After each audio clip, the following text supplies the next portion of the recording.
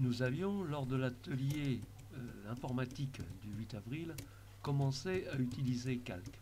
Nous avons vu déjà comment faire des formules. Là, nous allons essayer d'aller un petit peu plus loin en essayant de voir sur un exemple concret, pratique, comment, à partir de données initiales comme le besoin d'argent, les subventions et le nombre d'adhérents, quelle devrait être la cotisation pour pouvoir boucler le budget. Bien, nous allons mettre donc en place les différentes lignes des éléments de départ, donc le besoin, la subvention et puis le montant total des cotisations qui sera un calcul.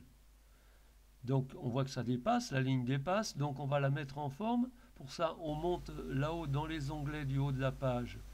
Voilà, format, cellule, et on clique sur alignement et renvoie à la ligne automatique. Voilà, notre cellule est mise en forme.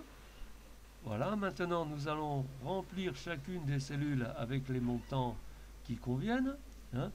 Donc au niveau du besoin, on rentre par exemple 2300. Les subventions, on va marquer par exemple 250. Et là on arrive aux cellules de calcul. Un calcul, nous avions vu, ça commence par un signe égal. Donc on marque égal. Et là on commence à rentrer la formule. Donc on se clique sur la cellule B3, le besoin, moins la cellule du dessous, les subventions. Ça va calculer automatiquement notre montant total de cotisation de 2050 €. Bien, maintenant nous allons mettre en place les adhérents. Donc on rentre le nom. Là, plutôt que la date de naissance, nous allons rentrer l'année de naissance. Alors on voit que la cellule, on sort de la cellule, donc on va la formater, donc on va dans format, cellule, alignement et renvoie à la ligne automatique, comme tout à l'heure. Ok, donc voilà, on rentre et maintenant on prépare la colonne pour le montant de la cotisation et on va pouvoir maintenant commencer la saisie de tous nos adhérents. Voilà, donc on invente des noms courants, on invente également des dates de naissance, peu importe, ça n'a plus d'importance. Et on remplit notre tableau.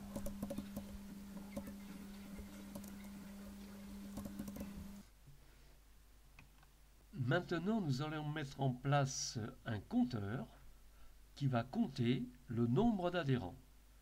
Donc dans cette colonne compteur, si dans la colonne nom, il y a un nom d'inscrit, il y aura 1 sur la même ligne. S'il n'y a pas de nom d'inscrit, il y aura 0. La cellule doit contenir une formule, donc comme toutes les cellules qui contiennent une formule, on commence par égal. On indique la condition en tapant si, on ouvre la parenthèse, et là apparaît la syntaxe. La syntaxe s'affiche dans un petit carré. Donc nous allons en premier lieu faire le test. Donc nous cliquons sur la cellule A8 dans laquelle il est marqué Dupont et nous mettons A8 égale, et là nous mettons une chaîne vide. Une chaîne vide, c'est une chaîne qui ne contient rien. Donc on ouvre les guillemets et on ferme les guillemets aussitôt après, comme si on faisait parler quelqu'un qui ne dit rien. Donc voilà un petit peu pour la façon de se rappeler du symbole et de la signification d'une chaîne vide. Après on met un point virgule puisque la syntaxe le demande et on va mettre la valeur qu'on doit attribuer à cette cellule sur laquelle on est si cette condition est vraie. Donc si la condition est vraie, c'est-à-dire que si la cellule est vide, on met 0. Et si, maintenant qu'on l'a écrit 0, on peut maintenant mettre un autre point virgule et on met la condition si la valeur est fausse. Si la valeur est fausse, c'est-à-dire en clair s'il y a quelque chose dans la cellule, par exemple Dupont, à ce moment-là il faut mettre 1. Donc on tape 1 et on ferme la parenthèse ou on appuie sur Entrée et directement le tableur valide la formule et nous affiche 1 en l'occurrence, puisque la cellule n'est pas vide, il est marqué Dupont dedans. On va faire ce qu'on a vu la dernière fois, ce qu'on appelle une copie incrémentale. C'est-à-dire qu'avec la souris, on va aller chercher le coin bas droite de la cellule, jusqu'à ce que la petite flèche du pointeur disparaisse et soit remplacée par une croix, et on tire vers le bas. Voilà, on tire, et on ne s'arrête pas au dernier nom. On prend quelques noms supplémentaires pour laisser la place de pouvoir éventuellement plus tard rajouter des adhérents.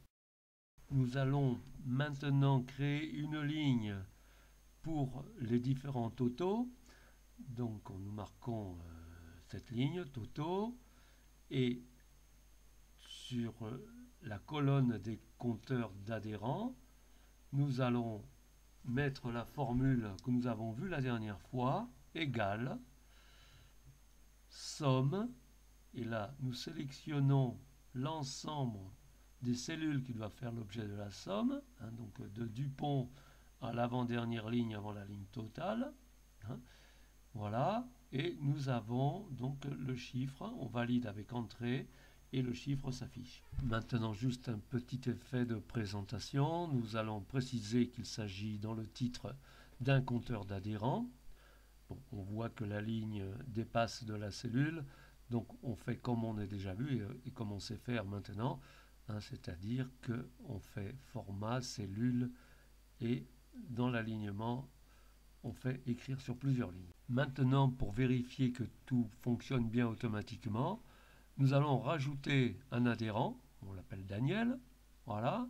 L'adhérent, quand on a rajouté son nom, automatiquement, un adhérent de plus est apparu dans le compteur d'adhérents et dans les totaux. Maintenant, nous allons calculer une proposition de cotisation, par exemple, qui pourrait être soumise à l'Assemblée générale.